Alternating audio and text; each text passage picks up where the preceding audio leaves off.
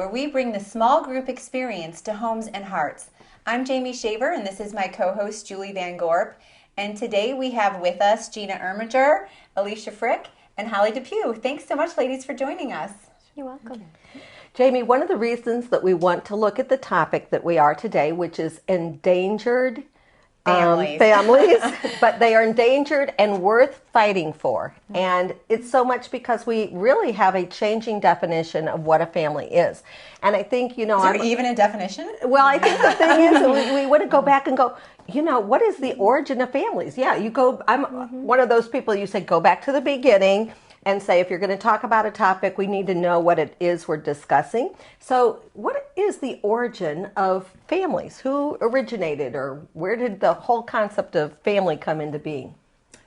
The mind of God is my understanding. That was his idea, to put a man and a woman together and see what happened. No. Bless them with offspring to kind of perpetuate the whole idea. Well, I think family's been around for all eternity. Because actually, God himself represents a family. Mm-hmm. When we see the picture of the Father, the Son, and the Holy Spirit as one, it's a beautiful picture right there of family. So really, that communion and that family unit has been intact for all eternity. For always. That's right. And so interesting with that concept, Jamie, is that there are three different persons of the Trinity. As Christians, we believe the Father, the Son, and the Holy Spirit, and yet they all have three different roles. And it's not where one tries to exalt themselves over the other one. In so many ways, wanting to say they're all three critical roles. They're all important roles. They interrelate, and together they're better than any one of them would be separately. Absolutely. In Psalm 68:6 says, God sets the lonely in families, and he leads forth the prisoners with singing, but the rebellious live in a sun-scorched land. God wants people in families. Absolutely. And another scripture that I love, Jamie, is Psalm 113:9. He gives the barren woman a home, making her the joyous mother of children. That he knew that was one of the things. In fact, the word Eve even means life giver. And so we look and say, from the time that we were in the garden and he said, it's not fit for man to be alone, I will make him a suitable helpmate. He made Eve, and as you'd said, Holly, kind of put them together, and whatever's going to happen, he kind of knew. But that whole aspect of be fruitful, multiply, and fill the earth, that was part of his plan from the very beginning. Well, I also look and see how God is the father who kind of sets the standard, the head of the household, that we see in that image of human fathers, and how Jesus then kind of is like the woman. And I think it's amazing because in that way, if we really look at that, as we are women as life givers, so is Jesus. I mean, he is the one who made life possible for us, because really we were supposed to die after the sin in the garden. And yet it is him who brought us that life. And as you say that, Jamie, the reality is that Jesus submitted to his Father's will to go on the cross, and he calls the wife to submit to the husband's will, but what? For the glory that was set before him. And the Father was able to exalt the Son once he was willing to submit. It was for the glory, and the Father's joy is to give all exaltation to his Son Jesus. And really, women are for the glory of their husbands. We really are that place where they're all about wanting us to have that glory in that spot too. So, So when you guys look at the family unit, and what are some issues that you see would you say are most common in our culture right now? I would say divorce. I'm sorry, go for it. No, Gina, I just think what stood out to me when you were talking is just about who's in charge. There's such a debate about women can do everything that men are doing. Well, sure, we probably could, but should we have to? Is that really the way God designed it to? Do we have to have all that pressure? I vote no. Let them, the responsibility and the weight fall on them, and I'll be second. That's okay. I have enough on my plate. I don't need his job and mine. Well, and then there's that pressure, too, for families to be so busy that there's not a value on spending family time and making the family a priority, because everybody's got their own agendas going here and there. The kids have their sports and activities, and parents have their jobs, their careers, outside activities that they're involved in. And so there's not that priority to spend time as a family unit and really set time to connect. Know each other. Right. Yeah. And I love when I look over here because I just see like amazing godly counsel. I know, Alicia, you've been a counselor, right? A Christian counselor, a Christian family counselor now for quite some time. And Holly, you as well. You've got social service experience as well as a guidance counselor in a school setting. Right. So it's just exciting because I really feel like with your experience, you've been around a lot of families. And what would you say? Do you have anything to add to what she has said as far as where the family's going? Do you see any red flags? Yeah, we are just being torn apart where people aren't as focused, like she said, on the family as a unit. It's what satisfies me as a person. Mom wants the job and the extracurriculars for herself to become, actualize whatever it is that she feels she needs to be happy in life. Dad, of course, has the job and things that he's interested in with the guys, and then we have to get all the kids to karate and language and music and all the things that are going to make them the wonderful people that they should be. Who's worried about the whole, the system? Is that functioning? Well, and as you said that, Holly, because you both are clearly working women. You are mothers, but you're also working because you're counselors. Do you think that fulfilling the role of a mother means necessarily that a woman can't be working outside the home? Or do you think that you can and still fulfill that role? Well, I guess we'd be liars if we said that. Right. We can. For myself, there has been a season when I did step back from work and just focus on my children when they were very young, and that was needed. I do see it as my role to get them less dependent on me. So now that they're all in school full time and I have some free time, I've rejoined the workforce to use the gifts that God's given me for other families that need that. And you know what, Gina? When I just think Italian, it makes me think family. Yeah, that's for sure. So tell me, what has been the importance or the significance of family in your own life? Because I know, and thank you, but you've invited me to some of your family functions, and they're big. Yeah, well, and the thing that's funny is I have a very small Italian family. But we It's all relative, right? It is. Yeah, wink, wink. But we do invite people that technically aren't even our family, and they become part of our family. We just have a lot of love to give. But there's just a great bond. Like, my family is very, very close, and we spend a lot of time together. And it's the memories that make everything so special. Well, you know, even as you say that, Gina, and we were talking before about the reality that God is the one who developed families. What do you think are the real reasons? Again, what are the benefits of families? Or we'll never probably know this side of heaven all the reasons that God put us in families. But what are some of the benefits? You talked memories. What are some other things that you get from being in a family? Well, as we said at the beginning, one of the purposes I've seen is to model God and the Trinity to other people. You know, to see how the family works as a unit in ministry. I know some of the times that I feel the closest to my husband and my family is when I'm ministering with him and reaching out and serving or having people to our home. And I think that's just one of the main purposes, is to model that to others, and so that they can see God through that connection and through the relationship that we have. You know, and as you say that, Alicia, I think, again, God is a covenant-keeping God. And so how do you see the role of the covenant of marriage and how that might reflect God? Yes.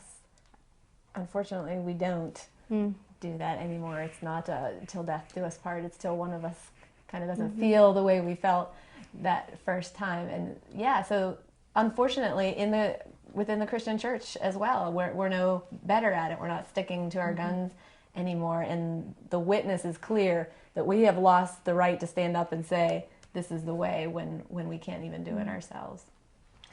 But and doesn't that in some ways show us why some people are having a hard time seeing God as a God who will never leave them or forsake them, which is what he says if they've got parents who are supposed to be in a covenant relationship that was to reflect his, and yet it is kind of, well, until I feel like leaving or until I see someone or something that's better along the way. So what are some other things that you feel that you yourself have gotten from family, or that you see in other families as benefits? Because there certainly are a lot of them, I think. Being exposed to so many different kinds of families, I think, is amazing that you just get a flavor for how big God is. I mean, every person you meet, you see some different aspect of his creativity, and things that I don't possess myself, I can just marvel at that those abilities exist. I don't have musical ability, and I covet that at times. That is so amazing to me and brings me closer to God, and so I admire that in other people and seeing how he's crafted us all just so uniquely. Well, and for children, parents serve as models for, how to grow, how to mature, how to handle emotions. And so that's something, God's created that parents to train and teach. I know I've learned a lot from my parents, specifically on the Christian life. And I was blessed to grow up in a Christian home. And so seeing my parents model that in their faith has really enabled me to have a strong faith myself.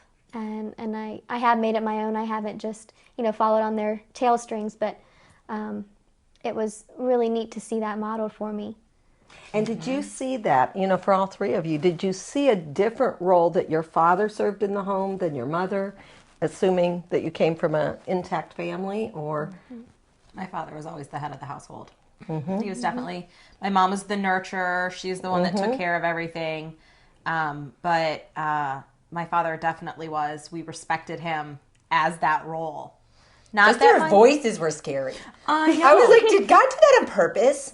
Like, sometimes it's like the booming, like, Wait till what your did father I gets say? home. And I was like, Well, the funny thing is, last night, my husband and I were like, go to bed, go to bed, go to bed. We must have said it like a million times. And then finally, my husband raised his voice, and he said, Julia, you go tell your brother right now, go to bed now. Julia goes upstairs, and she's kind of giggling a little, and she says, Matt, Daddy is mad. It's time for us to go to bed. But half the time when I say anything, they're just like, whatever. Like, they listen to me, but they can really definitely mess around with me a little more. But when my husband puts his foot down, like, Kind of like the fear of the Lord is the beginning of wisdom. You kind of go, the fear of the Father in the sense of a reverent awe that shows respect for that role in the home. So, and I do think that has a huge impact on our society when we look that in the last 50 years, the dramatic rise of divorce.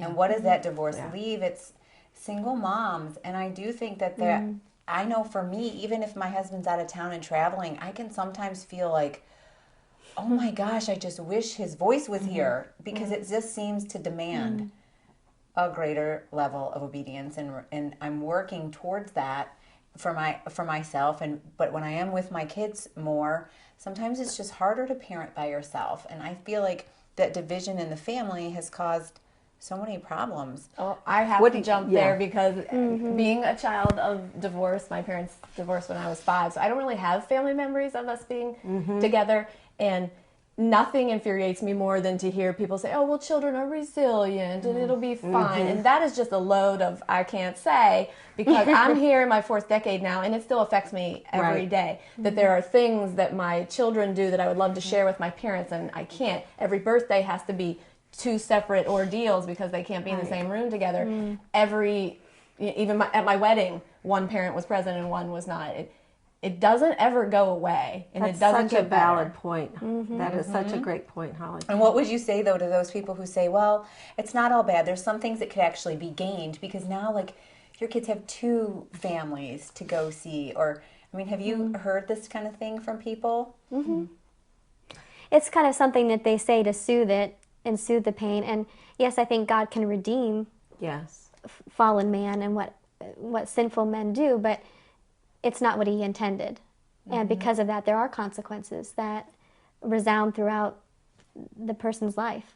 There can certainly be families that did it better than my parents do, that remain amicable and friendly and can coexist peacefully. And I applaud those that do the hard work of that and making their children the priority and not their own personal issues. But the separation, the loss, doesn't change. That now, yes, we might have 2 families, but every child knows in their heart that they should have a mom and a dad, and all the confusion that trickles down from step families and blended families shouldn't exist for children. They shouldn't have to deal with that. And what do you see as some of the issues that arise from the increased divorce rate? I mean, you mentioned about kind of those memories and things and dealing, but what are some of the other things that you might see? Children just struggle with their identity even. Who am I? What do I come from? If I grow up, I saw my dad twice a month growing up. How do you have a relationship like that when you see someone for a few hours a month? How do I learn? I didn't even know until I was an adult myself, what are the characteristics that I have that are similar to my dad? Where did I get this from? Why am I like this? It's a real big hole in a child's heart to not have both parents there who they can interact with daily, who teach them who they are, where they come from. And their future relationships too. When they're seeking a spouse and they want to get married or pursue that, not having a model for them, not seeing what that looked like in a healthy way, they have a harder time and they struggle with that. When they're ready to marry or to start dating, it creates a lot of anxiety for them, is a big thing. Guilty. So how did you cope with that? I mean, what were some things that you did to help make that go away? I mean, thankfully I did have extended grandparents and aunts and uncles who fed Christ into my life. And so in the midst of all that turmoil, I did have that foundation. But there was still, when you come to the point of making that lifetime commitment and seeing how those before you have failed, there's a lot of fear that, do I have what it takes to do this? Is it even possible? Does anybody do this anymore? Right. Can it really work? It kind of plants that seed of doubt. Yeah. I mean, Satan's always there to create doubt, just like he was in the garden, and it probably does have that, wait a minute, if my parents' marriage failed, is mine going to fail? And to bring that into it. Right. What do you see as the impact that might be, and again, there are many people we realize that are single parents, and it is totally not by their choice that they would love. We realize that. So by no means are we saying that, but I think it's that easy divorce, incompatibility, don't even try, kind of the disposable marriage mentality that has infiltrated not just, again, our world, but all too often our church. Wasn't it Chuck Colson that said, as the family goes, so goes the church? That's right. And as the church goes, really, so goes the nation. And as the nation goes, so goes, So it's not surprising we see these huge attacks on the traditional family. That's right. And Satan always comes to divide, rob, steal, and kill, and divide and conquer. As we're looking, though, and there can be a different impact even on where a young man is raised without a father, let's say in a single parent home, versus the impact on a young woman. What are some of the differences that you might see, or some of the commonalities of having that role missing in a family? Well, I can certainly speak to having a daughter's heart and missing her daddy, and you're always looking to plug that ache with something. And so it does lead our young girls to promiscuity and needing to feed that. I just want a man to recognize me and to say that I'm valuable, that I'm worth something. And when that's absent, you'll do anything to fill it up, because we're just made to have that craving for a daddy. And statistics bear that out, Holly. I know that they have seen that girls who do engage in promiscuous behavior are the ones that, by and large, there's a much larger percentage of those who come from that family, the family where the father's absent or is infrequently involved. Have you found that kind of thing to be true, Alicia, as well? Oh, yeah. And then we perpetuate the cycle, because these young women become young mothers who the dads don't stick around, and here we go, again, creating generations of fatherlessness. And what about on sons? What do you see some of the impacts? I know you may not personally have experienced that, but what do you see? A lot of anger in boys. They really seem to express that emotion and that longing in anger. And it's taken out different ways, but even little boys, because they don't know how to express it, and they know there's something missing, but they don't, they can't put words to it, or they, for boys it seems to be a more acceptable emotion, and more accepted, and so that's how they kind of express that. And it comes out in other ways too. I think they're just looking for, what is a man? If you don't grow up with one, all you have is women or bad male role models. What is true godly manhood? What do I do? What are my responsibilities? What does this whole job look like? Do you think it has impacted even the increased, what I call, feminization of the men in our culture today? Have you noticed that or seen that? Or They're so used to women having to stand up and take charge because they have no choice. Someone has to lead the family that yes, now they're seeing that as mom can be mom and dad. But do you guys think it's better for a child to be with a single mom or with a dad and fighting? That is such a touchy subject, and I have thought about that before.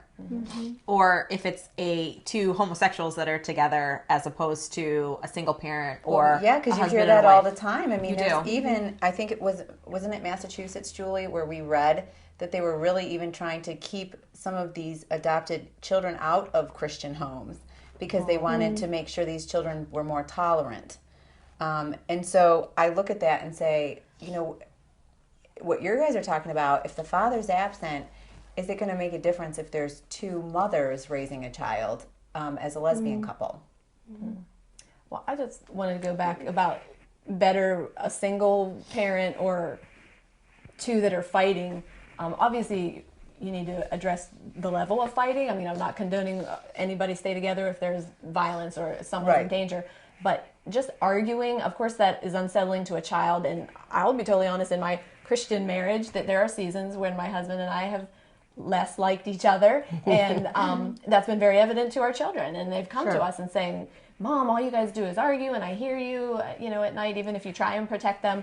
But I think being able to say to them, yes, we have times where we disagree, but we're in this for the long haul, whether we like each other for a while or not, is just honest with them about how relationships work. It's not all pie in the sky and happy, shiny rainbows. And you work through the hard parts to get back to the good stuff.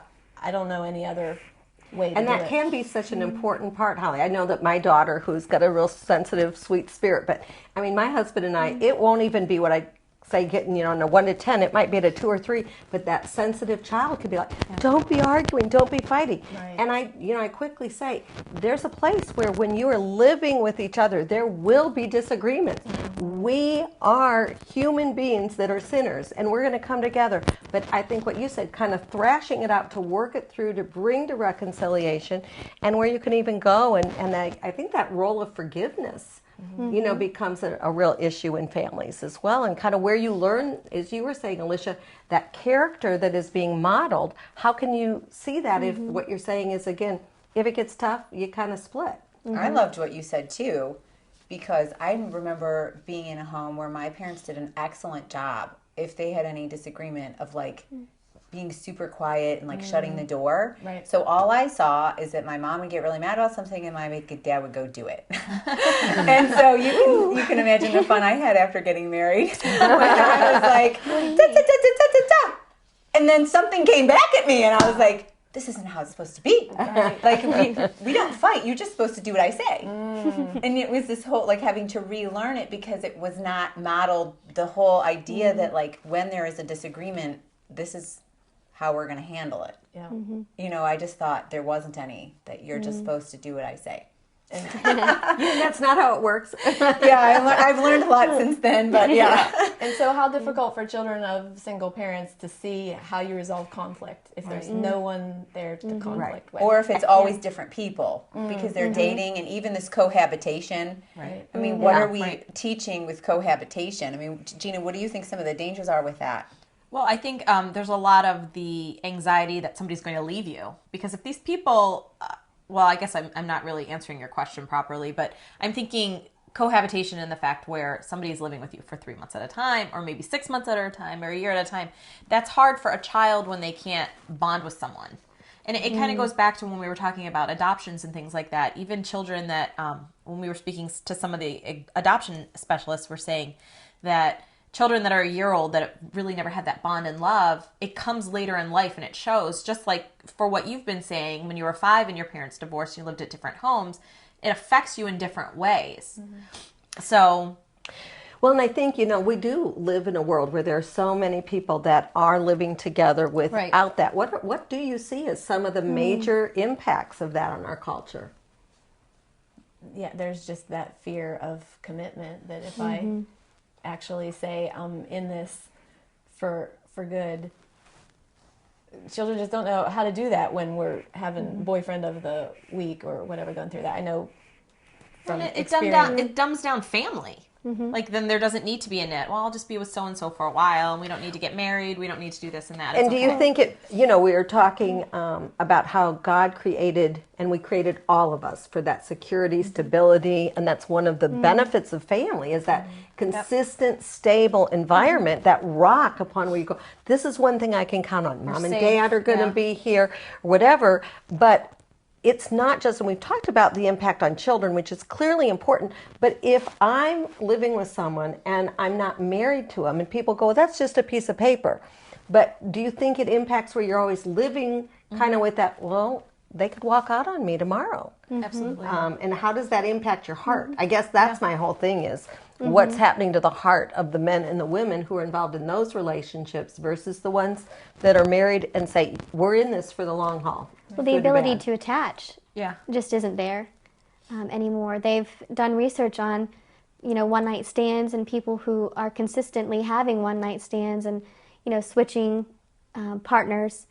When eventually they do try to settle down, they actually are not able to attach. They've lost that ability because their body gets used to that changing and the one-night stands, and so they just actually aren't even emotionally able to finally attach when they Like they are ready build up to. a callus to emotion and the feelings. Wow. And going back to the whole aspect that what was the very purpose and design of marriage is to reflect the heart of God, who is the one who is the rock, who is the one who's going to be with us no matter what, who is the one who says, I'm not going to abandon you, I'm not going to forsake you.